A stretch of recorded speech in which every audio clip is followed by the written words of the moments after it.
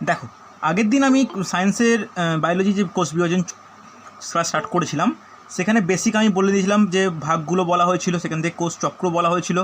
বাকি ছিল আজকের ক্লাসে, আজকে বলেছিলাম যে লাস্ট ক্লাসে আমি কোষ বিভাজনের লাস্ট ক্লাসে আমি মিওসিস কোষ বিভাজন শেষ করব। মিওসিসটা বড় আছে, একটা গোটা ক্লাস শুধুমাত্র মিওসিসেই লেগে যাবে। হচ্ছে আগের দিন আমি অ্যামাইটোসিস, মাইটোসিস, তার সঙ্গে কোষ চক্র ডায়াগ্রাম ওয়াইজ কিন্তু আমি দেখিয়েছিলাম, হ্যাঁ কি না? চলো আজকে একটু ভালো করে প্রত্যেকে নোট ডাউন করে নেবে, কেন আজকের টপিকটা একটু টাফ টপিক। টাফ বলতে কি, অনেকগুলো এমন জিনিসগুলো আছে যেগুলো তোমরা যারা পিওর সায়েন্সের স্টুডেন্ট নয়, অর্থাৎ যারা 11-12-এ বায়োলজি ছিল না, তাদের ক্ষেত্রে একটু নতুন মনে হবে। দেখো, নতুন মনে হওয়া মানেই যে পারা যাবে না তা কিন্তু নয়, পারা যাবে। একটু যেরকম নোট করাচ্ছে একটু দেখে নেবে শুধু, হয়েছে? প্রত্যেকে হেডিং করো মিওসিস কোষ বিভাজন, আজকের ফার্স্ট টপিক, আজকেই এটাই লাস্ট টপিক। চলো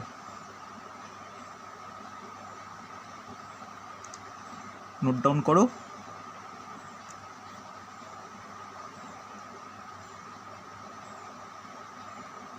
মিওসিস কোষ বিভাজন। আচ্ছা, আমি তোমাদের প্রথমেই বলেছিলাম কোষচক্রের ভাগ অনুযায়ী প্রত্যেকটা বলা হয়েছিল যে ইন্টারফেজ দশা, এম ফেজ, কিন্তু মিওসিসের ব্যাপারটা বা মিওসিসের সম্বন্ধে কিছু তেমন বলা হয়নি। মিওসিস প্রথম যেটা গুরুত্বপূর্ণ, মিওসিস কোথায় সম্পন্ন হয়? আগের দিন একটু বলেছিলাম, কেউ একজন বলো, তোমরাও রেসপন্স করেছিলে। মিওসিস কোথায় সম্পন্ন হয় বলতে পারবে? উদ্ভিদ ও প্রাণীর জনন মাতৃকোষে সম্পন্ন হয়। লেখো, নোট ডাউন করে নাও, উদ্ভিদ ও প্রাণীর জনন মাতৃকোষে সম্পন্ন হয়।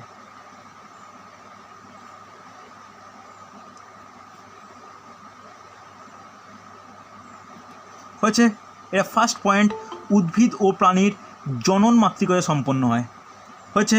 এবার এই যে কোশ্চেনটা আরেকটা কিন্তু খুব গুরুত্বপূর্ণ, যে কোন বিজ্ঞানী সজীব কোষে প্রথম মিওসিস প্রত্যক্ষ করেন বলতে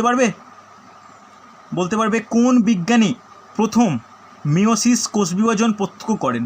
লিখে রাখো, এডওয়ার্ড ভন বেনেডন। এডওয়ার্ড ভন বেনেডন সর্বপ্রথম এই কোষ বিভাজন, এই বলতে মিওসিস, এই কোষ বিভাজন প্রত্যক্ষ করেন।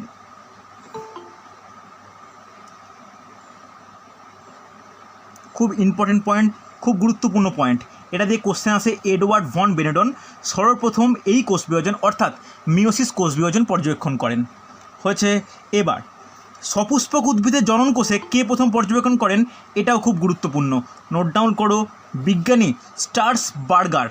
লিখে নাও, বিজ্ঞানী নামগুলো একটু ইনফরমেশানগুলো গুরুত্বপূর্ণ। বিজ্ঞানী স্টার্সবার্গার সর্বপ্রথম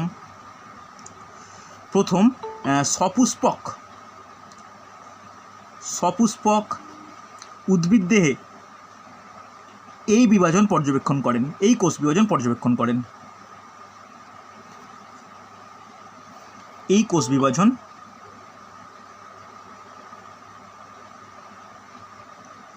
পর্যবেক্ষণ করেন, হ্যাঁ কি না?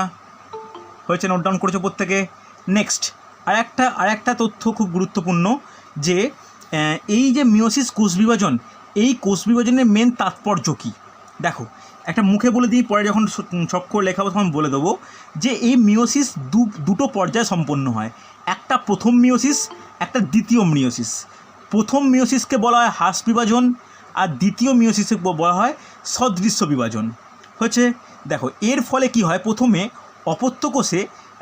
অপত্যকোষে যে ক্রোমোজোম সংখ্যা মাতৃকোষের অর্ধেক হয়। দেখো, মাতৃকোষের অর্ধেক হয়, ফলে যে আপকামিং জেনারেশন বা প্রয়াসীর ক্ষেত্রে কি হয়ে যাচ্ছে, ক্রোমোজোম সংখ্যা ধ্রুবক থাকে। জাস্ট একটা পয়েন্ট লিখে রাখো, যে এই কোষ বিভাজনের ফলে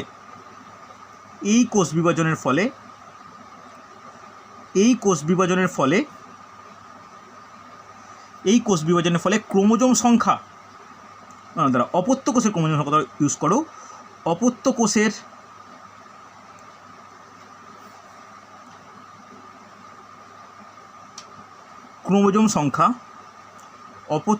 ক্রোমোজোম সংখ্যা মাতৃকোষের অর্ধেক হয়ে যায়।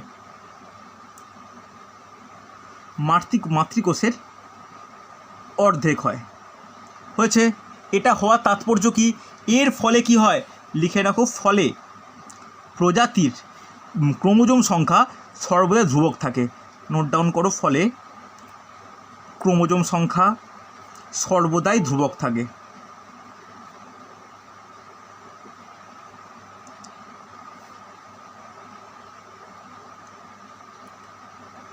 হচ্ছে, দেখো যারা দেরি করে জয়েন করছো তারা একটু রেকর্ডিং দেখে নিও, তাহলে প্রথমে কী কী বলেছি বা কী কী হয়েছে সেগুলো নোট ডাউন করে নিতে পারবে। রেকর্ডিং ক্লাসে সন্ধ্যেবেলা দিয়ে দেওয়া হবে, যেগুলো ডাউট থাকবে রেকর্ডিংটা শুনে নিও। হয়েছে, তাহলে এইগুলো এটা মিওসিসের প্রাথমিক জাস্ট ইন্ট্রোডাকশান। এরপরে আগের দিন যেমন ছক করেছিলাম, এখানেও কিন্তু ছক করে মিওসিসকে মনে রাখার চেষ্টা করব। ভালো করে দেখো, ফার্স্ট প্রত্যেকে হেডিং করো, মানে একটা এরকমভাবে ছক করার সময় মাঝখানে লেখো মিওসিস, মাঝখানে এখন ছক করা ফার্স্টে লেখো হেডিং করে মিওসিস বলে। হচ্ছে, এই মিওসিসকে প্রথমে দুটো ভাগে ভাগ করো। মিওসিসকে দুটো ভাগে ভাগ করো, একটা লেখো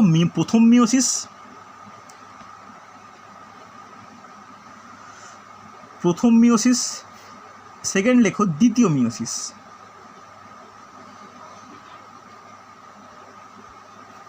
হয়েছে, লেখা হয়েছে। কোনো অসুবিধা বা কোনো ডাউট থাকলে আমাকে বলবে। প্রথমে প্রথম মিওসিস বা যাকে বলা হয় মিওসিস 1, আর একটা কি দ্বিতীয় মিওসিস বা মিওসিস 2। এবার ভালো করে একটা জিনিস মনে রাখবে, প্রত্যেকটা কোষ বিভাজন কটা পর্যায়ে সম্পন্ন হয়? আগের দিন বলেছিলাম যে কোনো কোষ বিভাজন কটা পর্যায়ে সম্পন্ন হয়? মোটামুটি দুটো পর্যায়ে। একটা কি, একটা হচ্ছে সাইটোপ্লাজমের বিভাজন, আর একটা নিউক্লিয়াসের বিভাজন। নিউক্লিয়াসকে বিভাজনকে বলা হয় ক্যারিওকাইনোসিস, আর সাইটোপ্লাজমের বিভাজনকে বলা হয় সাইটোকাইনোসিস। হ্যাঁ কি না? তাহলে দেখো ভালো করে একটু ছকটা ভালো করে নোট ডাউন করবে। এর আবার দুটো ভাগ, এরও তাহলে দুটো ভাগই হবে। কি কি? ভালো করে প্রত্যেকে নোট ডাউন করো। ক্যারিওকাইনোসিস 1, একটু খাতাটা তোমরা ঘুরিয়ে নিতে পারো। ক্যারিওকাইনেসিস 1, এদিকে লেখো সাইটোকাইনোসিস 1।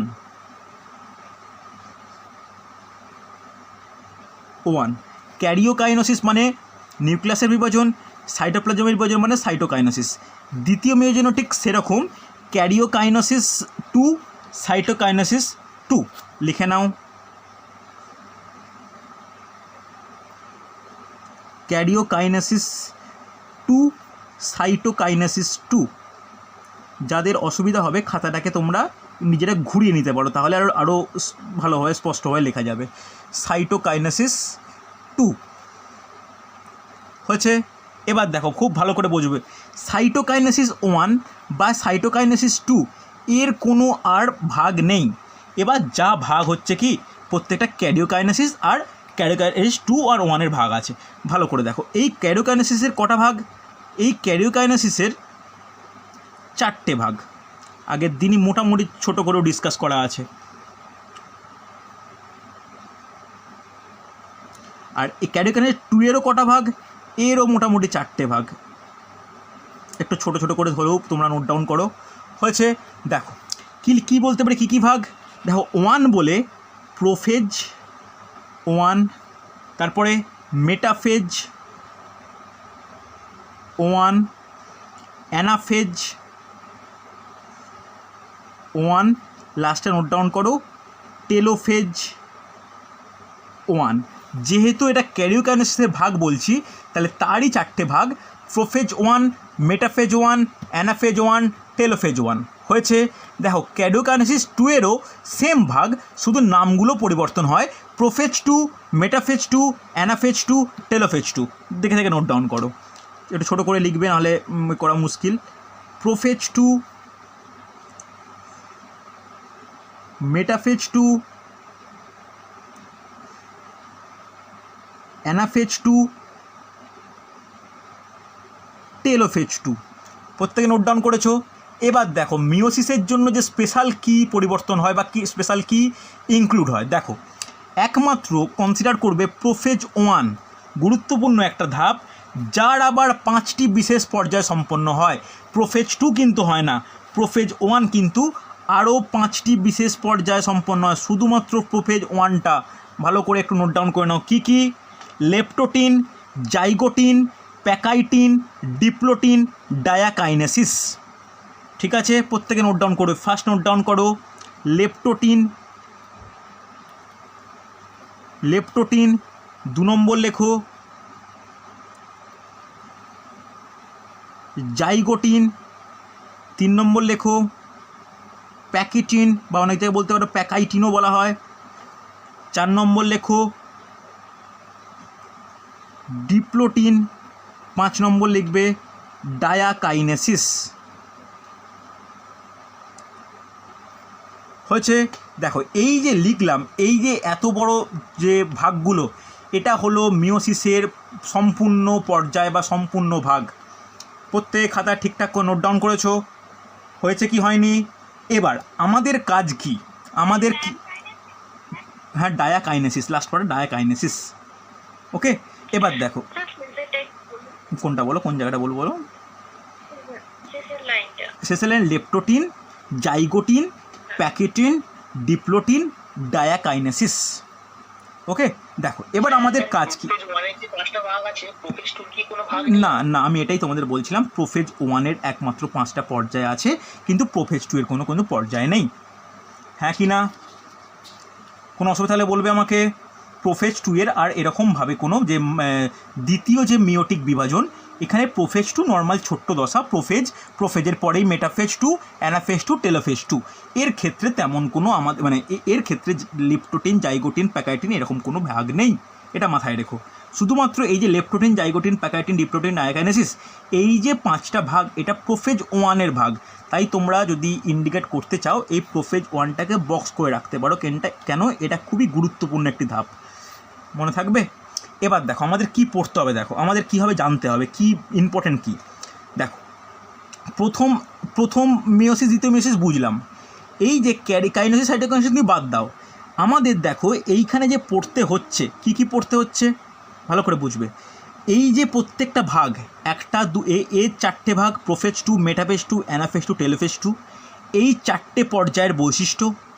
এদিকে প্রোফেজ 1 হিসাবে এই 5টার বৈশিষ্ট্য, আর মেটাফেজ 1, অ্যানাফেজ 1, টেলোফেজ 1-এর বৈশিষ্ট্য। বোঝা গেছে?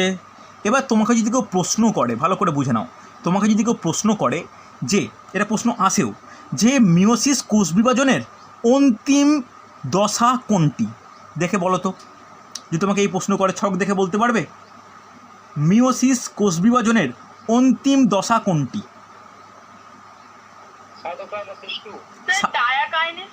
না, সাইটোকাইনেসিস 2।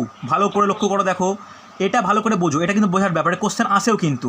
যারা WBCS এর কোশ্চেন একটু দেখো আর কি, প্রিভিয়াস ইয়ার্স, তারা কিন্তু কোশ্চেন দেখ এটা আছে যে মিওসিস কোষ বিভাজনের অন্তিম দশা কোনটি। ভালো করে দেখো, প্রথম দশা হচ্ছে প্রথম মিওসিস, তার আবার 2টো ভাগ, তার মধ্যে প্রথম, এটা সেকেন্ড পার্ট, তারও প্রথম হচ্ছে এইটা, তাদেরও প্রথম হচ্ছে এইটা। তাহলে এটা প্রথম হয়ে ডায়াকাইনেসিস, তোমরা যে অ্যান্সার বলছো ডায়াকাইনেসিস তো পঞ্চম, হ্যাঁ কি না? তাহলে যদি তোমাকে প্রশ্ন করা হয় যে মিওসিস কোষ বিভাজনের প্রথম দশা কোনটি, তাহলে তুমি কি বলবে?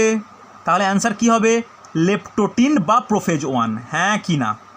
তাহলে প্রথমেই শুরু হচ্ছে লেপ্টোটিন দিয়ে, leptotene, zygotene, pachytene, diplotene, diakinesis হয়ে গেল। এই 5টা হয়ে যাওয়া মানে কি সম্পন্ন হচ্ছে? প্রোফেজ 1 সম্পন্ন হচ্ছে। প্রোফেজ 1-এর পর মেটাফেজ 1, অ্যানাফেজ 1, টেলোফেজ 1, এই 4টে সম্পন্ন হওয়া মানে কি হলো? ক্যারিওকাইনেসিস 1 সম্পন্ন হলো। ক্যারিওকাইনেসিস হওয়ার পরে কি হবে? সাইটোকাইনেসিস 1 হবে। সাইটোকাইনেসিস 1 সম্পন্ন হওয়া মানে কি? প্রথম মিওসিস সম্পন্ন হয়ে গেল। কথাটা বুঝতে পারলে? মানে এই যে পার্টটা আমরা করালাম, এইটা প্রথম মিওসিসটা সম্পন্ন হলো। এরপর চলে হলো দ্বিতীয় মিওসিস। দ্বিতীয় মিওসিসে প্রথমে কি হবে? ক্যারিওকাইনেসিস 2 মানে প্রোফেজ 2, মেটাফেজ 2, অ্যানাফেজ 2, টেলোফেজ 2, এই 4টে কমপ্লিট হয়ে যায় মানে ক্যারিওকাইনেসিস 2 কমপ্লিট হলো। লাস্ট তাহলে কী পড়ে থাকবে? সাইটোকাইনেসিস 2। যেহেতু, ভালো করে শুনে নাও, যেহেতু মিওসিস কোষ বিভাজন এতটাই জটিল, তাই আমাদের কোশ্চেন এই দুটো কিন্তু খুব সিম্পলভাবে কোশ্চেন আসে যে মিওসিসের ফার্স্ট ফেজ কি, মিওসিসের লাস্ট ফেজ কি। ফার্স্ট ফেজ যদি বলা হয় তাহলে লেপ্টোটিন, প্রোফেজ 1-এর লেপ্টোটিন, ভেরি গুড। আর হচ্ছে শেষ কোনটা? সাইটোকাইনেসিস 2। বুঝতে পারলে? দেখো তোমাদের একটা জিনিস বলে দিই, তোমাদের মধ্যে অনেকেই হয়তো আছো যারা আগের কোষ বিভাজনের ক্লাস করোনি। তাদের ক্ষেত্রে একটা রিকোয়েস্ট, গ্রুপে রেকর্ডিং দেওয়া আছে কোষ বিভাজনের ক্লাসটার, একটু রেকর্ডিং করে খাতায় নোট ডাউন করে নেবে, দেখবে মিওসিস এখান থেকে আর কোনো সমস্যা হবে না। হয়েছে? এবার চলো, এবার আমি যেগুলো, হ্যাঁ বলো, শুনতে পাচ্ছি। যদি বলে স্যার বলছি, যদি বলে দ্বিতীয় মিওসিসের প্রথম দশা কোনটি, তাহলে কি প্রোফেজ 2 হবে? প্রোফেজ 2 হবে, অফকোর্স প্রোফেজ 2 হবে। যদি অপশানে প্রোফেজ 2 না থাকে দেন ক্যারিওকাইনেসিস 2 হবে। তবে দেখো আমি এই যে লাইনটা লিখেছি না, দেখো আমি পেন যেটা চাপা দিলাম যে ক্যারিওকাইনেসিস 2 সাইটোকাইনেসিস, এর তেমন কোনো গুরুত্ব বা তেমন কোনো ব্যাপার নেই আর কি। মানে তুমি প্রথম মিওসিস বলতেই প্রোফেজ 1, দ্বিতীয় মিওসিস বলতেই প্রোফেজ 2 কি বোঝায়। কথাটা বুঝতে পারলে? মানে এই ক্যারিওকাইনেসিস 1, ক্যারিওকাইনেসিস 2, যখন আমার পেনটা যেভাবে আমি রেখেছি এইভাবে, কিন্তু এই ভাগটার কিন্তু জাস্ট মানে তাত্ত্বিকভাবে মানে রয়েছে, কিন্তু সেইভাবে ক্যারিওকাইনেসিস 1 বলে বেকার কমপ্লিকেটেড মনে করার দরকার নেই। ডাইরেক্ট ফার্স্ট পেজ হচ্ছে প্রোফেজ 1 মিওটিকের, প্রথম মিওটিকের ক্ষেত্রে, আর প্রোফেজ 2 হচ্ছে দ্বিতীয় মিওসিসের ক্ষেত্রে। কোনো অসুবিধা নেই। এবার আমাকে কি মনে রাখতে হবে, দেখো এই যে লেপটোটিন জাইগোটিন করে যে যাচ্ছে, এর প্রত্যেকটা দশায়, এই যে এগুলোকে দশা বলে না, এগুলো দশা কথাটা ঠিক নয়, একটা লিখে রাখতে পারো এরকমভাবে যে এই যে 5টা লিখলে এদেরকে বলা হয় উপদশা। দশা কথাটা ঠিক শোনায় না, সাবফেজ বা উপদশা। মানে দশা বললে কি বলবো, প্রোফেজ, মেটাফেজ, এইগুলো দশা। যেহেতু এটা প্রোফেজেরও ভাগ, এটাকে আর দশা বলাটা ঠিক হয় না, এটাকে বলা হয় সাবফেজ বা উপদশা। তাহলে আমাদের কি পড়তে হয়, আমাদের যেগুলো জানতে হয়, একটু টাফ কোশ্চেন যদি আশা করি কারোর কাছে, তখন যে লেপটোটিন জাইগোটিন প্যাকাইটিন ডিপ্লোটিন ডাইকাইনেসিস, এদের ছোট ছোট করে একটা করে দুটো করে বৈশিষ্ট্য, অর্থাৎ কীভাবে কোষটা পরিবর্তন হচ্ছে। তারপরে এই 5টা পড়লাম, তারপরে 6, 7, 8, এদিকে 9, 10, 11, 12টা। তাহলে আজকের আমার টপিক ডিসকাশনের এই 12খানা দশা নিয়ে একটু ডিসকাস করা, কোন দশায় কোষের কীরূপ পরিবর্তন হয়। বোঝা গেল? কোনো অসুবিধা নেই। তাহলে বলো আমার, হ্যাঁ অফকোর্স আমি একটু বলে নিই। তাহলে আমাকে বলো যে এখান থেকে আমি কোনটা দিয়ে স্টার্ট করা উচিত বলে তোমাদের মনে হয়? এই যে মিওসিস কোষ বিভাজনের স্টার্ট যদি করতে হয় পরপর একদম শেষ পর্যন্ত প্রথম থেকে, তাহলে কোন ফেজ দিয়ে স্টার্ট করব? লেপটোটিন দিয়ে। হেডিং করব প্রোফেজ 1। প্রোফেজ 1 করে বলার পরে তার যে 5টি উপদশা, তার মধ্যে প্রথম লেপটোটিন দিয়ে শুরু করব। হ্যাঁ বলো, কার কি প্রশ্ন বলো, কে বলতে যাচ্ছিলে? মাইটোসিসের ক্ষেত্রে যেমন কোষ চক্রটা হয়, মিওসিসের ক্ষেত্রে কি একই হবে না একটু আলাদা হবে? কারণ এখানে যেহেতু দুটো মিওসিস হচ্ছে। না, দুটো মিওসিস হলেও দেখো, মিওসিস 1, মিওসিস 2, দেখো ওই জন্য এটাকে না আমাদের যখন কোষ চক্র বলি, কোষ চক্রের দুটো ফেজ হিসাবে কনসিডার করা হয়। দুটো ফেজ, একটা ইন্টারফেজ যেখানে সেলটা প্রস্তুত হয়, আর একটা হচ্ছে তোমার এম ফেজ। ওখানে এম ফেজ কথার অর্থ মাইটোটিক, অর যে ক্ষেত্রে মিওসিস হয় সেক্ষেত্রে মিওসিস। বুঝতে পারলে? সেক্ষেত্রে ভালো করে দেখো, আমি আগের দিন যারা ক্লাসে ছিলে আমি ডিউরেশনগুলো লিখেছিলাম কি না, সেখানে মাইটোটিক ফেজে বা মাইটোসিস দশার যে লিখেছিলাম, যে টাইমটা লিখেছিলাম, মিওসিস হলে যে সমস্ত উদ্ভিদদেহে বা জীবদেহে মিওসিস হয়, সেক্ষেত্রে টাইম পিরিয়ডটা একটু বাড়ে, খুব বাড়ে না, একটু বাড়ে। কারণ একমাত্র দেখা যায় এই প্রোফেজ 1টা সবথেকে দীর্ঘতম দশা, সবথেকে বেশিক্ষণ টাইম নেয়, বাদবাকিগুলো খুবই স্পন্টেনিয়াসভাবে খুব তাড়াতাড়ি সম্পন্ন হয়ে যায়। তাহলে এই যে কোষ চক্রের ক্ষেত্রে যে এম ফেজ ধরেছিলাম, সেইটুকু টাইমের মধ্যেই গোটা মিওসিসটাও সম্পন্ন হবে। বোঝা গেল? তার মধ্যে আমি লিখে দেবো পয়েন্ট করে যে সবথেকে দীর্ঘতম দশা মিওসিসের মধ্যে সেটা হচ্ছে প্রোফেজ 1। মনে থাকবে? কোনো অসুবিধা নেই। এবার প্রোফেজ 1-এর মধ্যে সবথেকে বড় কোনটা, সেটা হচ্ছে লেপটোটিন। অসুবিধা নেই। এই দশাটাকে বলা হয় দীর্ঘস্থায়ী দশা, প্রোফেজ 1টাকে বলা হয় দীর্ঘস্থায়ী দশা। হয়েছে? চলো তাহলে প্রত্যেকে ফার্স্ট হেডিং করো আজকে প্রোফেজ 1 বলে। চলো প্রত্যেকে নোট ডাউন করো।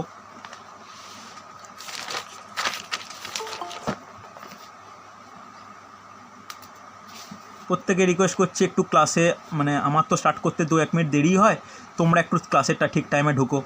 বুঝতে পারলে? একটু অনিনয় থেকো। যখন আমার ক্লাস নেওয়ার কোনো সমস্যা হবে আমি বলে দেবো, ঠিক আছে, যে আমি ক্লাস নিতে পারবো না বা আমার সমস্যা, নাহলে একটু 5-10 মিনিট ওয়েট করে যাও। চলো হেডিং করো। বড় আজকে টপিক, আজকে টার্গেটটাকে শেষ করতে হবে আজকে, এরপরে তোমাদের ক্লাস থাকার কথা, একটু তাড়াতাড়ি নোট ডাউন করবে। প্রোফেজ 1, তাহলে প্রোফেজ 1-এর ফার্স্ট পয়েন্ট লেখো, এটি সব থেকে দীর্ঘস্থায়ী দশা। এটি সব থেকে দীর্ঘস্থায়ী দশা। উপদশা নয় কিন্তু, উপদশা বললে কি হবে, উপদশা বললে কিন্তু এই তোমার লেপ্টোটিন থেকে আরম্ভ করে ডায়াকাইনেস এগুলো কিন্তু উপদশা হয়েছে। চলো সেকেন্ড পয়েন্ট লেখো, এই দশায় নিউক্লিয়াসটি আকারে বৃদ্ধি পায়, নিউক্লিয়াসটি আকারে বৃদ্ধি পায়। ওকে, এই প্রোফেজ 1 দশাটি 5টি উপদশা সম্পন্ন হয় হয়েছে, যার মধ্যে 1 নম্বর লিখে রাখো লেপ্টোটিন। দেখো লেপ্টোটিন অনেক সময় একে লেপ্টোনিমাও বলা হয়, দেখো কনফিউজ হবে না কিন্তু, এই যে লেপ্টোটিন ব্যাকেটে আমি লিখে রাখছি অনেক কনফিউজ হয়ে যাবে, একে লেপ্টোনিমাও বলা হয় হচ্ছে। ভালো করে শুনে রাখো, কোনো অসুবিধা থাকলে বলবে আমাকে, ঠিক আছে। চলো ফার্স্ট যে পয়েন্ট, এই লেপ্টোটিনের বৈশিষ্ট্য কী, দেখো এর বৈশিষ্ট্য প্রত্যেকটা পয়েন্ট করে লিখবো, তোমরা কিন্তু ভালো করে নোট ডাউন করবে। ফার্স্ট লিখে রাখো যে এই দশায় ক্রোমোজোমগুলি, এই উপদশা, দশা কথা ঠিক নয়, এই উপদশায় ক্রোমোজোমগুলি লম্বা ও প্যাঁচবিহীন হয়, লম্বা ও প্যাঁচবিহীন হয়। কোনো অসুবিধা থাকলে বলবে আমাকে, হ্যাঁ কি না। নেক্সট, এটা খুব গুরুত্বপূর্ণ, এই উপদশার শেষ অংশে ক্রোমোজোমগুলি নিউক্লিয়াসের দিকে সরে গিয়ে ফুলের তোড়ার মতো আকৃতি গঠন করে, যাকে বোকে স্টেজ বলা হয়। খুব গুরুত্বপূর্ণ, এটা কিন্তু কোশ্চেন আসে বারবার, বিভিন্ন জায়গায় কোশ্চেন আসে যে বোকে স্টেজ কোন উপদশায় ঘটতে লক্ষ্য করা যায়। জাস্ট এটুকু লিখে রাখো যে ক্রোমোজোমগুলি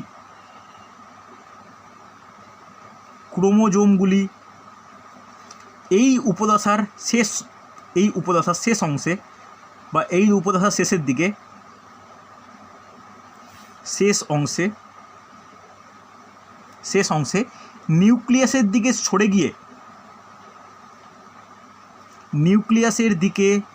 সরে গিয়ে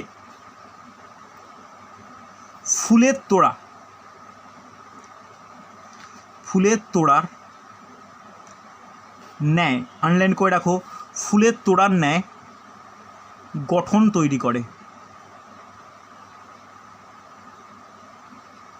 হয়েছে। লিখে রাখো, যাকে বোকে স্টেজ বলে। বোকে মানে ফুলের তোড়া, যাকে বোকে স্টেজ বলে। খুব গুরুত্বপূর্ণ কিন্তু, এটা কিন্তু লেপ্টোটিনে কোশ্চেন আসে যে বোকে স্টেজ কোন উপদশায় লক্ষ্য করা যায় হয়েছে, হ্যাঁ কি না। চলো নেক্সট 2 নম্বর হেডিং করবে, একটু তাড়াতাড়ি তোমরা লেখার চেষ্টা করো। 2 নম্বর হেডিং করবে যে জাইগোটিন, অনেকটা বাকি আছে এখনও। জাইগোটিন, দেখো এই উপদশা, দেখো এখানে প্রথম ক্ষেত্রে কি হলো, প্রথম উপদশায় ক্রোমোজোমগুলি লম্বা বা প্যাঁচবিহীন হলো এবং সরে গেল। জাইগোটিনে কি হয়, এখানে ক্রোমোজোমগুলি জোটবদ্ধ হয়ে যায়। ভালো করে শুনে নাও, লিখে নাও, একই প্রকৃতির, ফার্স্ট পয়েন্ট লেখো, একই প্রকৃতির অর্থাৎ সমসমস্ত ক্রোমোজোমগুলি, অর্থাৎ সমসমস্ত ক্রোমোজোমগুলি জোটবদ্ধ হয় এই দশায়। ওকে, এই যে ক্রোমোজোমগুলি জোটবদ্ধ হচ্ছে, একে কি বলে, কেউ বলতে পারবে একে কি বলে? একে লিখে রাখো, একে বলে সাইন্যাপসিস। দেখো এই ঘটনাকে সাইন্যাপসিস বলে।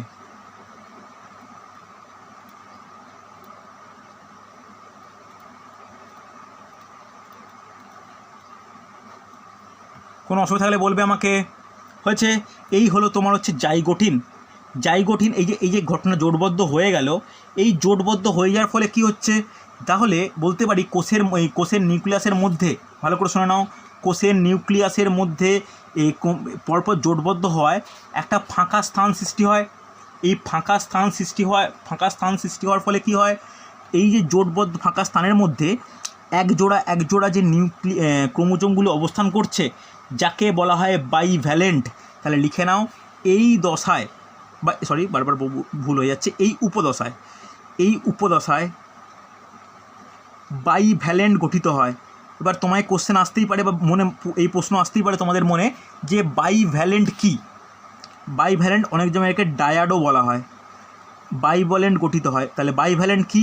তাহলে আগের যে বললাম সাইন্যাপসিসের ফলে যে ক্রোমোজোমগুলি এক বা একাধিক ক্রোমোজোমগুলি যখন জোটবদ্ধ হয়ে একটি জোড়ায় অবস্থান করে তাকে বাইভ্যালেন্ট বা ডায়াড বলে, DIAD।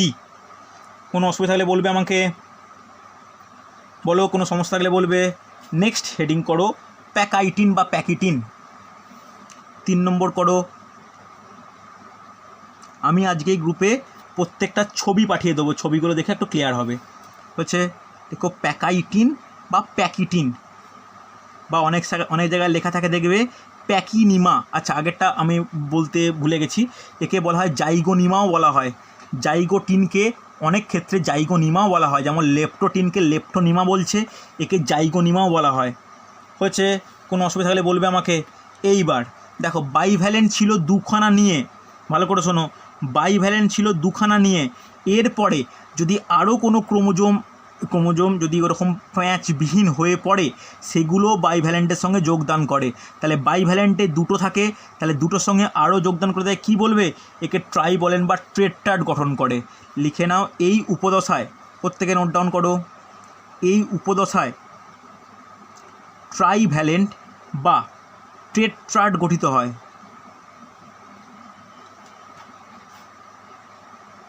লিখেছ? অসুবিধা থাকলে বলবে আমাকে। লেখা হয়েছে না হয়নি? এরপরে যেটা খুব গুরুত্বপূর্ণ, যেটা সবথেকে বেশি কোশ্চেন আসে, লেখো এই উপদশায় ক্রসিং ওভার সম্পন্ন হয়। ক্রসিং ওভার কি আমি পরে ডিটেলসে বলছি। এই উপদশায় ক্রসিং ওভার সম্পন্ন হয়।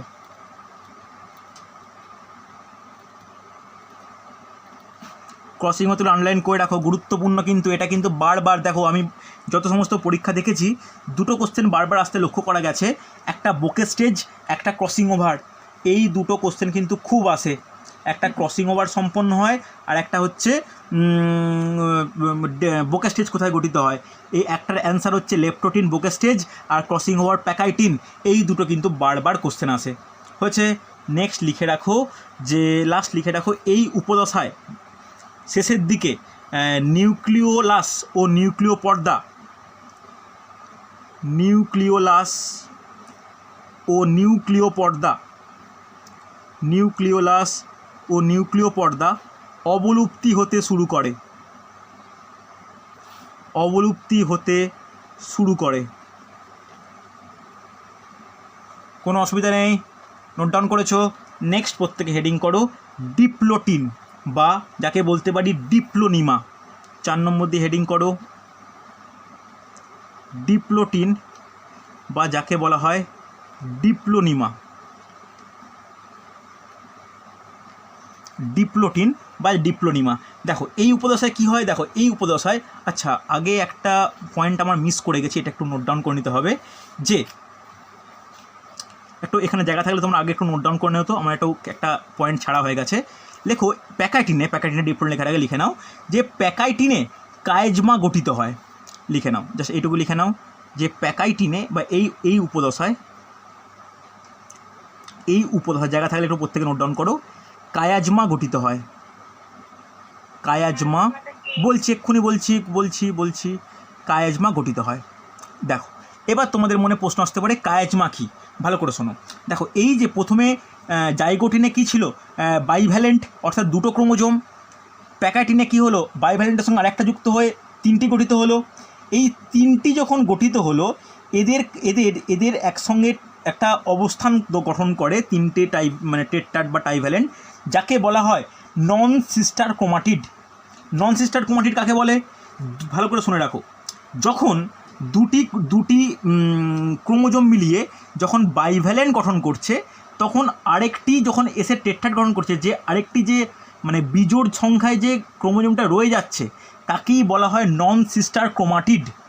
এই নন সিস্টার ক্রোমাটিড কী রকম এক্স এক্স মানে এরকম লিখে রাখো জাস্ট, এক্স আকৃতি গঠন তৈরি করে, এক্স আকৃতি গঠন। এই নন সিস্টার ক্রোমাটিডটাকেই এক্স আকৃতি গঠন তৈরি করে। এই এক্স আকৃতি গঠনকেই বলা হয় কায়াজমা। বুঝতে পারলে? এবার দেখা যায়, লক্ষ্য করা যায় যে এক একটি প্যাকাইটিন উপদশায় বাইভ্যালেন্টের ক্ষেত্রে প্রায় 12টি করে কায়াজমা গঠিত হতে পারে। এতটা ডিটেলস আমার জানার দরকার নেই, শুধু মনে রাখো যে বাইভ্যালেন্টে অন্তর্গত ক্রোমাটিড বা নন সিস্টার ক্রোমাটিডের ক্ষেত্রে প্রায় 12টি এক্স আকৃতির কায়াজমা গঠিত হতে পারে। অসুবিধা নেই। দেখো এইটা আমার মিস হয়ে গেছিলো পয়েন্টটা, কারণ এই কায়াজমা কথাটা না জানলে বা কায়াজমা সম্পর্কে না শুনলে পরবর্তীকালে ডিপ্রোটিন কিন্তু জানা মুশকিল হয়েছে। দেখো তাহলে এখানে প্রথমে জাইগোটিনে কি হলো? বাইভ্যালেন্ট। এখানে কি হলো? ট্রাইভ্যালেন্ট। ট্রাইভ্যালেন্টের পিরিয়ড কী হলো? Crossing over. ট্রাইভ্যালেন্টের যে বিজোড় ক্রোমোজোমটা পড়েছিল তা নন সিস্টার ক্রোমাটিড। সেই নন সিস্টার ক্রোমাটিড কায়াজমা গঠন করছে। এই কায়াজমাগুলি, নেক্সট পয়েন্ট লিখে রাখো, এই উপদশায় অর্থাৎ ডিপ্রোটিনে এই উপদশায় কায়াজমাগুলি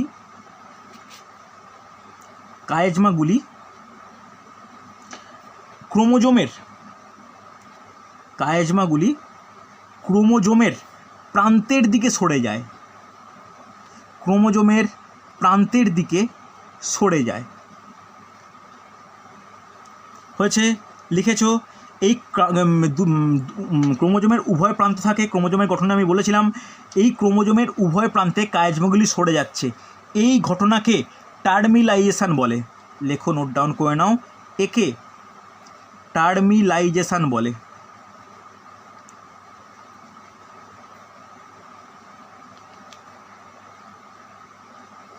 কোনো অসুবিধা নেই।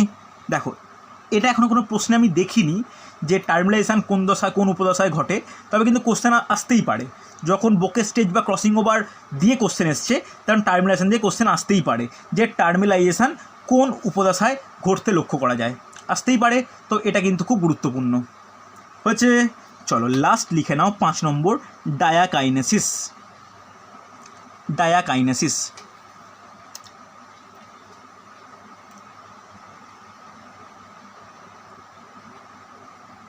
ডায়াকাইনেসিস প্রত্যেককে রিকোয়েস্ট করবো যে তাড়াতাড়ি বা ঠিক টাইমে অন থেকে ক্লাসের ঠিক টাইমে জয়েন করতে, নাহলে শুরু হয়ে এগিয়ে চলে গেলে তখন আর ক্লাসে ঢুকলেও মনে হবে যে কিছুই বুঝতে পারছি না, এটা মনে হতে পারে।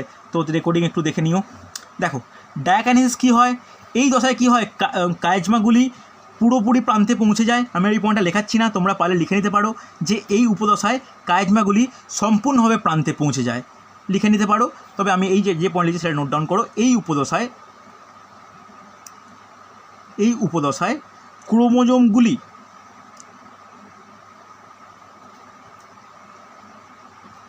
ক্রোমোজোমগুলি ছোট ও মোটা হয়। লিখেছ? এই উপদশায় ক্রোমোজোমগুলি আকৃতিতে ছোট ও মোটা হয়। কোনো অসুবিধা থাকলে বলবে আমাকে, হ্যাঁ কি না। লেখা হয়েছে? চলো তাহলে এতক্ষণ আমি এই যে ডায়াকাইনেসিস যে লিখলাম, এই ডায়াকাইনেসিস শেষ করার মাধ্যমে কি শেষ হলো তোমরা দেখে বলো? প্রোফেজ 1 শেষ হলো। এরপরে তাহলে কি হবে? এরপরে তাহলে কি লেখা উচিত? লিখে নাও মেটাফেজ 1।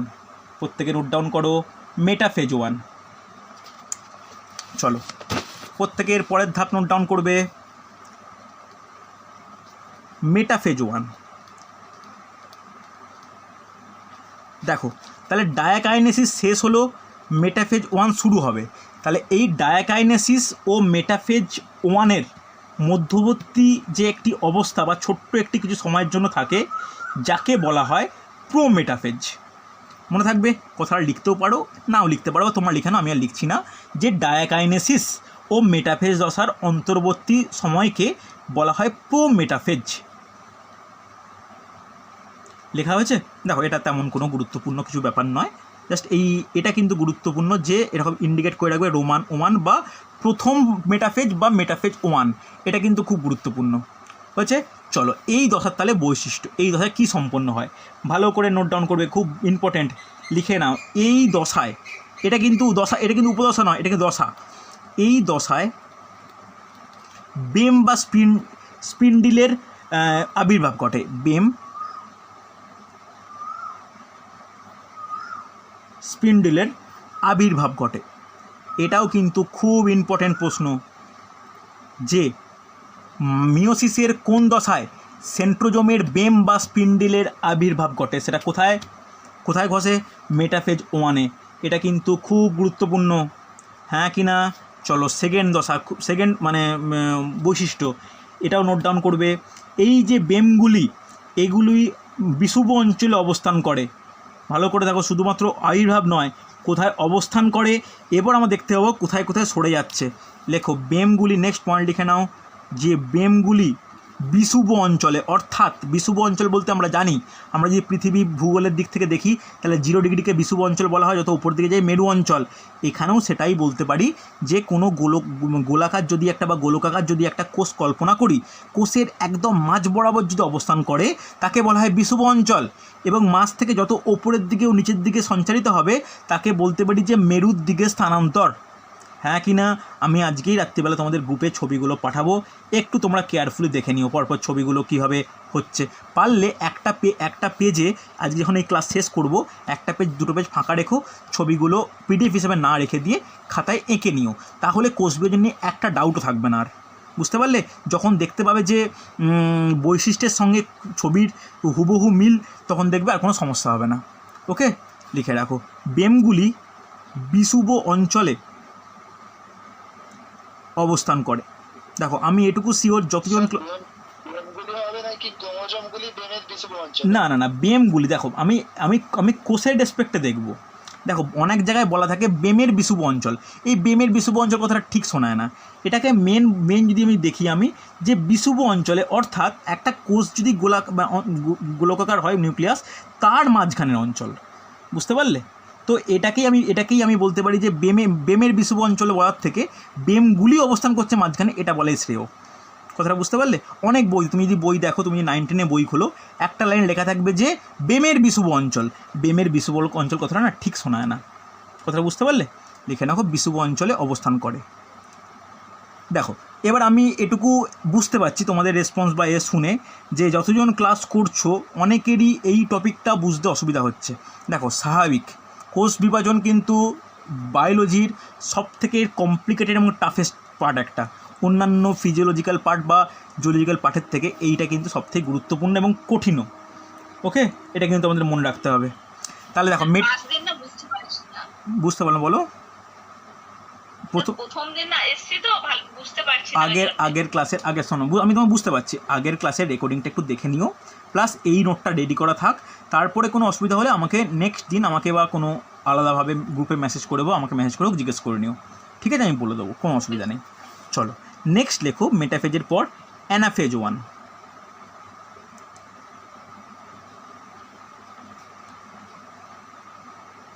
অ্যানাফেজ 1, তাহলে অ্যানাফেজ 1-এর বৈশিষ্ট্য কী বলতে পারি? দেখো ভালো করে শুনে রাখো, অ্যানাফেজ 1-এর বৈশিষ্ট্য কেউ বলতে পারবে? সায়ন বলা যাবে? বলা উচিত তোমার, তুমি পড়াশোনা করো, বলতে পারবে? মেরুর দিকে গমন করে। তাহলে এই যে বিষুব অঞ্চলগুলো যে আছে, দেখো বেম মানে একটা তন্তু, এবার বেমের বলতে পারো বা বেমের মাঝ অঞ্চলে বলতে পারো। তাহলে এই বেম বরাবর মেরুর দিকে গমন করে কোনগুলো? এই বাইভ্যালেন্টের ক্রোমোজোমগুলো। লিখে নাও ফার্স্ট, এর একটাই পয়েন্ট লিখে নাও যে বাইভ্যালেন্টের ক্রোমোজোম দুটি পরস্পর থেকে বিচ্ছিন্ন হয়ে, ক্রোমোজোম দুটি পরস্পর থেকে বিচ্ছিন্ন হয়ে বেম বরাবর বা এম লিখে রাখো মেরুর দিকে গমন করে।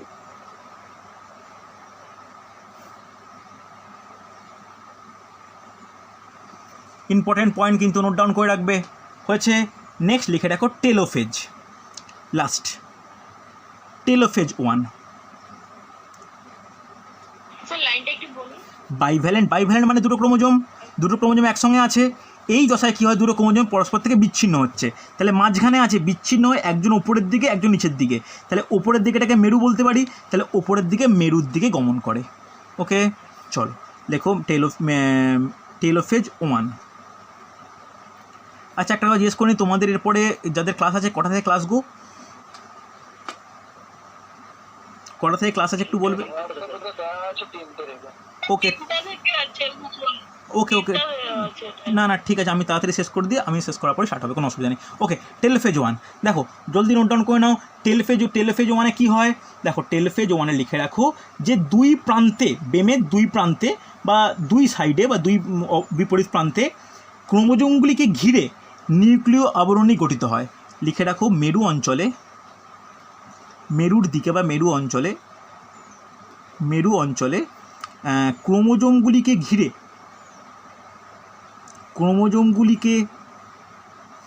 ঘিরে নিউক্লিয় পর্দার বা নিউক্লিয় আবরণীর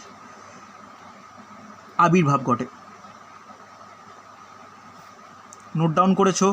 এর ফলে কি হয় যে দুটি নিউক্লিয়াস গঠিত হয়ে যায়। জাস্ট লিখে নাও, এর ফলে অর্ধসংখ্যক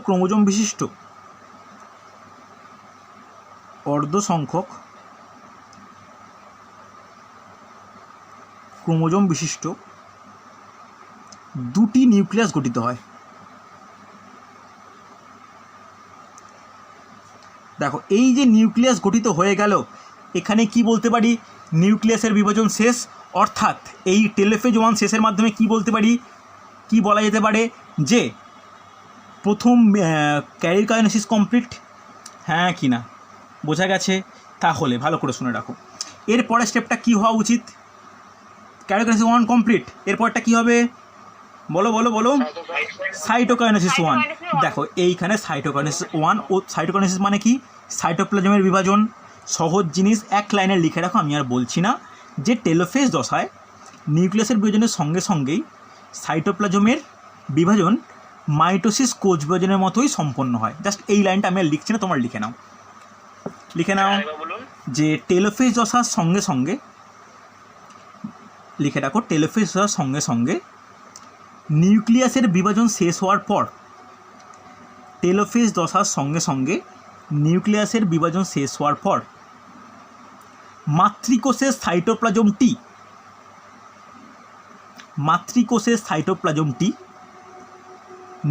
মাইটোসিস বিভাজনের মতো বিভাজিত হয়ে দুটি অপত্য কোষ সৃষ্টি করে।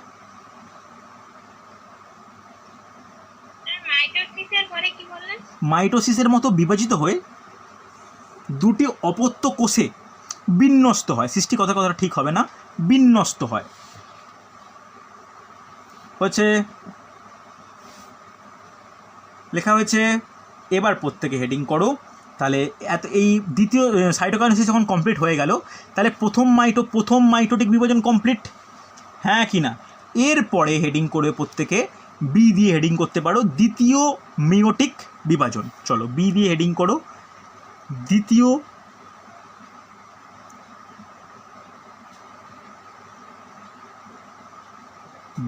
মিওটিক বিভাজন। ওকে, তাহলে দ্বিতীয় মিওটিক বিভাজনের ফার্স্ট ভাগ কি, ক্যারিওকাইনেসিস 2, আর সেকেন্ড ভাগ কি, সাইটোকাইনেসিস 2। তাহলে ক্যারিওকাইনেসিস 2 এর আবার প্রথম ভাগ কি বলো, প্রত্যেকে জানো, প্রোফেজ 2। প্রত্যেকে হেডিং করো প্রোফেজ 2 বলে। দেখো, আস্তে আস্তে ডাউট ক্লিয়ার হচ্ছে না, শুধু না বুঝেই টুকছো, একটু বোঝার চেষ্টা করবে, আমি ছবিগুলো পাঠালে তোমাদের আরেকটু ডাউট ক্লিয়ার হবে। হয়েছে প্রোফেজ 2 লিখেছো। এবার আমাকে কেউ বলো বা চেষ্টা করো বলার যে প্রোফেজ 2-তে কী হয়। দেখো, ভালো করে নোট ডাউন করবে, এই যে দ্বিতীয় মিওটিক বিভাজন না, এখানে ব্যাকেটে থেকে লিখে রাখতে পারো যে সরলতম বিভাজন। মানে আমরা যে দেখলাম প্রথম মিওটিক বিভাজনে প্রোফেজ 1-এরই 5টা ভাগ, তারপরে মেটাফেজ 2, অ্যানাফেজ 2, টেলোফেজ 2। এই দ্বিতীয় মিওটিক বিভাজনটা প্রোফেজ 2, মেটাফেজ 2, অ্যানাফেজ 2, টেলোফেজ 2, এটা খুবই তাড়াতাড়ি সম্পন্ন হয় এবং অত্যন্ত সরলতম বিভাজন। হ্যাঁ কি না, কথাটা বুঝতে পারলে কি না? চলো, প্রোফেজ 2 গুরুত্বপূর্ণ, কিন্তু প্রোফেজ 2টা নোট ডাউন করো, লিখে রাখো। নিউক্লিয় পর্দা ও নিউক্লিওলাসের অবলুপ্তি ঘটতে থাকে। নিউক্লিওলাসের অবলুপ্তি ঘটে।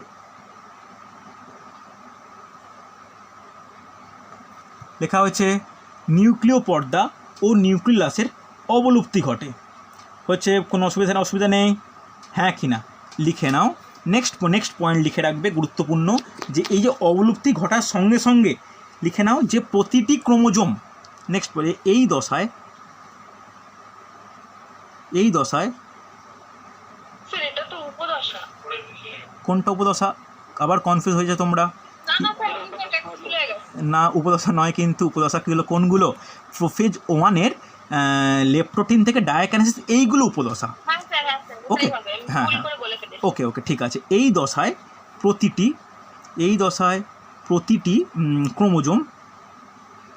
ক্রোমোজোম দুটি করে ক্রোমাটিড দ্বারা গঠিত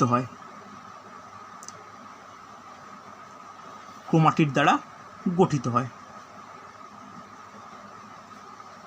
কারো কোনো অসুবিধা হলে বলবে আমাকে। তাহলে বলো, এই দুটো কমপ্লিট হলো। প্রোফেজ 2 এর পরে কি হওয়া উচিত নিজেরা বলো। মেটাফেজ 2। একদম সুন্দর করে মনে রাখো, ভয়ের কিচ্ছু নেই। আর তো এটাও বলে রাখি, সমস্ত এক্সামে কিন্তু কোশ্চেনের প্যাটার্ন দিনকে দিন চেঞ্জ হচ্ছে। সেই তথাকথিত প্র্যাকটিস সেট করে একটা এক্সাম ক্র্যাক হয়ে যাবে এরকম কিন্তু আর নেই। এখন তোমাকে টপিক ওয়াইজ পড়তে হয়। অনেকেই এটা আমাকে বলো, বা অনেকেই আমাকে বলেছো পার্সোনালি, যে স্যার কোষ বিভাজনের ডিটেলসে না লিখিয়ে অনলাইনার দিয়ে দিন। অনলাইন দিলে কি কনসেপ্ট ক্লিয়ার হবে বলো? অনলাইনে যদি না পড়ে, মানে না কমন পড়ে, তখন কি কোনো কিছু সম্ভব নয়। একটা জিনিস ভালো করে মনে রাখবে, যে কোনো WB পরীক্ষার ক্ষেত্রে বা WC পরীক্ষার ক্ষেত্রে ম্যাথ রিজনিং, এই দুটো এটা কিন্তু খুব ইম্পর্টেন্ট জিনিস। Math reasoning cut off clear করতে সাহায্য করে, জিকে জিএস তোমাকে চাকরি পাওয়াতে সাহায্য করবে। এই দুটো কিন্তু মনে রাখো। কাট অফ ক্লিয়ার আর চাকরি পাওয়ার মধ্যে পার্থক্য আছে। ম্যাথ রিজনিং তোমাকে কাট অফ ক্লিয়ার করায়, আর সায়েন্স শুধু নয়, science, history, geography, constitution, economics অর্থাৎ জেনারেল স্টাডিজ তোমাকে চাকরি পাওয়াতে সাহায্য করবে। ওই জন্য এই পার্টটাকে শুধুমাত্র অনলাইনার পড়ে উতরে যাব এটা কিন্তু হয় না, একটু ডিটেলস পড়তেই হবে। আমি দেখো সেই কারণে ডিটেলস লেখাচ্ছি, জানো তোমাদের এটাই বইয়ের মতো নোটের মতো হয়ে যায়। ওই কারণে আমি সায়েন্সের ক্লাস নোটটাই আমি কোনো PDF দিই না। যারা ক্লাস নোট করতে লিখতে পারেনি তারা আমার কাছে চাইলে আমি এইটাই দিই। কোনো PDF ফরম্যাটে কোনো কিছু দেওয়া হয় না, বুঝতে পারলে? এই নিয়ে তোমাদের অবজেকশান থাকতেই পারে, কিন্তু আমি এই অবজেকশানটাকে সেই মতো গুরুত্ব দিতে রাজি নই। কারণ নোট PDF দেওয়াটা সহজতম উপায়, কিন্তু হাতে লিখে বা কিছু নোট করা, আমি যে লিখলাম, তোমরা বই থেকে অন্য কিছু দেখলে কিছু পয়েন্ট অ্যাড করলে, এটাই কিন্তু পড়ার প্রসিডিওর, বুঝতে পারলে? চলো, মেটাফেজ 2 সেমভাবে একই রকম লিখে নাও। বেম গঠিত হয় সেমভাবে। মেটাফেজ 2 লিখে নাও, বেম গঠিত হয়। 2 নম্বর সেই আগের মতোই, মেটাফেজ 1-এর মতো অনেকটাই লিখে রাখো, যে বিষুব অঞ্চলে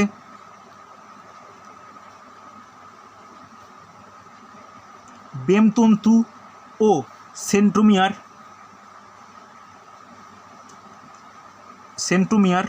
বেমতন্তু ও সেন্ট্রোমিয়ার পরস্পরের সঙ্গে সংযুক্ত হয়। হচ্ছে, চলো নেক্সট পয়েন্ট কী হওয়া উচিত মেটাফেজ 2 এর পরে? অ্যানাফেজ 2। দেখো, অ্যানাফেজ 2ও বলতে পারো বা দ্বিতীয় অ্যানাফেজও বলতে পারো, যেটা ইচ্ছা। অ্যানাফেজ 2, তাহলে অ্যানাফেজ 2 এর প্রথম বৈশিষ্ট্য কী হবে? দেখো ভালো করে শুনে রাখো। বেমের ক্রোমোজোমগুলি বেম বরাবর 2 প্রান্তে বা 2 মেরুর দিকে অগ্রসর হতে শুরু করে। তার আগে কী হয়? অগ্রসর হওয়ার আগে কী হয়? যে ক্রোমাটিডগুলি বিচ্ছিন্ন হয়ে অপত্য ক্রোমোজোম গঠন করে। লিখে নাও, ক্রোমাটিডগুলি। দেখো, যারা ক্রোমাটিডটাই কি সেটা বুঝতে পারছো না, তাদের আগের ক্লাস বা ক্রোমোজোমের ক্লাসটা দেখাটা দরকার। ওই জন্য আমি ক্রোমোজোম করিয়েছি, দেন কোষ বিভাজন স্টার্ট করিয়েছি। ক্রোমোজোমের গঠন কিন্তু আমি যখন ছবি আঁকি তখন তো ক্রোমাটিডগুলো বলেছিলাম। হয়েছে, লেখো ক্রোমাটিডগুলি। লিখে নাও, ফার্স্ট পয়েন্ট লেখো, ক্রোমাটিডগুলি পরস্পর থেকে বিচ্ছিন্ন হয় এবং অপত্য ক্রোমোজোম গঠন করে।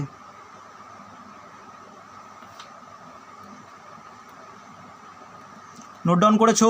এর পরের পয়েন্ট প্রত্যেকে নোট ডাউন করবে একই জিনিস, যে লিখে নাও যে বেমের দুই বিপরীত মেরুর দিকে এই ক্রোমোজোমগুলি অগ্রসর হয়। বিপরীত মেরুর দিকে ক্রোমোজোমগুলি অগ্রসর হয়।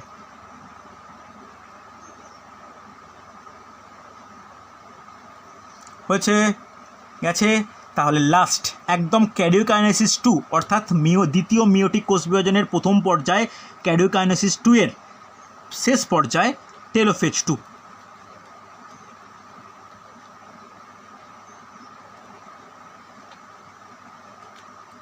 টেলোফেজ 2 কিচ্ছু না, টেলোফেজ 2 একদম সহজ জিনিস। টেলোফেজ 2 কী হয় দেখো, লিখে নাও 4টি অপত্য নিউক্লিয়াস গঠিত হয়। আর কিচ্ছু লিখতে হবে না, লিখে নাও 4টি অপত্য নিউক্লিয়াস গঠিত হয়।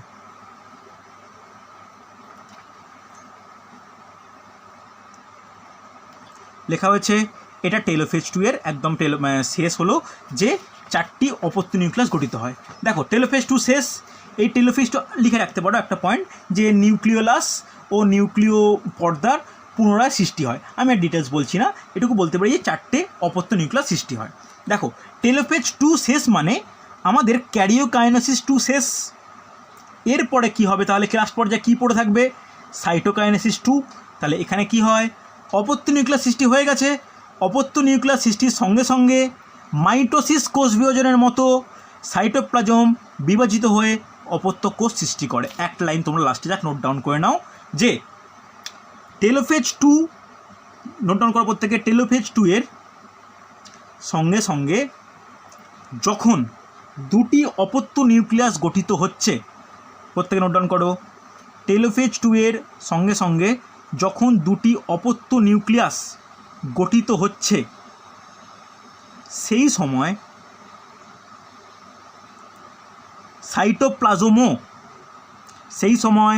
সাইটোপ্লাজমও মাইটোসিসের মতো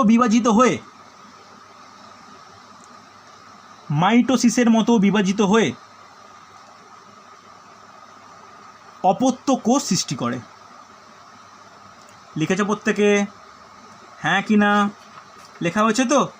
চলো, এই হলো টোটাল টপিক।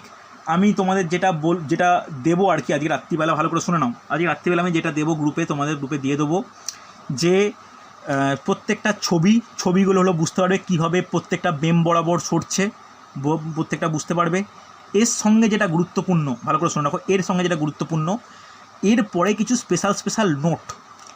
স্পেশাল নোটগুলো কিন্তু আমি ছোট ছোট পয়েন্ট করে দিয়ে দেবো, যে কাকে সাইন্যাপসিস বলে, কাকে হচ্ছে ডিপ্লয়েড জনু কাকে বলে, এছাড়া এন্ডোমাইটোসিস কী, অঙ্কোজিন কী, প্রোটোজিন কী, বিভিন্ন হচ্ছে লিউকোমিয়া কাকে বলে, সার্কোমা কাকে বলে, এই ব্যাপারগুলো আমি আর ক্লাসে লেখাচ্ছি না। আমি নিজে ওগুলো লিখে নোট বানিয়ে ছবির সঙ্গে সঙ্গে তোমাদের PDF করে দিয়ে দেবো। তোমরা এই টেলোফেজ 2 এর পরে যে লিখলে সাইটোকাইনেসিস 2 হিসাবে, এইটা কমপ্লিট করার পরে 2 বা 3টে পেজের মধ্যে ওই টপিকটা যে PDFটা পাঠাবো, এটা কিন্তু তোমরা ভালো করে নোট ডাউন করে নেবে, ঠিক আছে? এই নোট ডাউন করে নিলে, শোনো নাও, এই নোট ডাউন করে নিলে তবে হচ্ছে তোমাদের এই গোটা কোষ বিভাজন টপিকটা শেষ হবে। দেখো কোষ বিভাজনের সঙ্গে এখন কিছু কোশ্চেন পড়ে, যেগুলো হচ্ছে ক্যান্সার কোষের ওপর। সেখানে মেটামরফোসিস, এই জিনিসগুলো, অঙ্কোজিন, অঙ্কোভাইরাস, নিওপ্লাস্টিক কোষ, টিউমার, এই ব্যাপারগুলো আমি ক্লাসে আর করালে আর একটা ক্লাস লেগে যাবে। আমি তোমাদের নিজে লিখে আমি তোমাদের PDF বানিয়ে পাঠিয়ে দেবো, ঠিক আছে? টিউমারের শ্রেণীবিভাগ, কোন টাইপের টিউমারকে কী হয়, এছাড়া রাসায়নিক যে কার্সিনোজেন কী, বা herpes virus, Rous virus, oncogenic virus, এই ব্যাপারগুলো একটু কোষ বিভাজনের সঙ্গে জেনে রাখা দরকার। এই টপিকটা আমি তোমাদের নিজে হাতে লিখে আমি দিয়ে দেবো। কাকে বলে ক্রসিং ওভার, কাকে বলে টার্মিলাইজেশান, কাকে বলে নন সিস্টার ক্রোমাটিড, কাকে বলে বাইভ্যালেন্ট টেট্রাড, আমি এগুলো ডিটেলস লিখে দিয়ে দেবো। ওকে, কোনো অসুবিধা থাকলে বলতে পারো, বলো কার কী প্রশ্ন। ওকে, কিছু না নিজের ভাষায় লিখে নাও, যে টেলোফেজ 2 এর পরবর্তী অবস্থায় যখন নিউক্লিয়াস গঠিত হচ্ছে, তারপরে সাইটোপ্লাজমটি মাইটোসিসের মতো বিভাজিত হয়ে দুটি অপত্যক সৃষ্টি করে। ওকে, চল, এই হলো আজকের টপিক। যারা আগের ক্লাস করোনি তাদেরকে রিকোয়েস্ট, ক্রোমোজোমের ক্লাস আর কোষ বিভাজনের প্রথম ক্লাসটার রেকর্ডিং গ্রুপে দেওয়া আছে বা টেলিগ্রাম গ্রুপেও দেওয়া আছে, তোমরা কিন্তু দেখে নেবে। ঠিক আছে, চল আজকে এতটাই। ওকে, চল।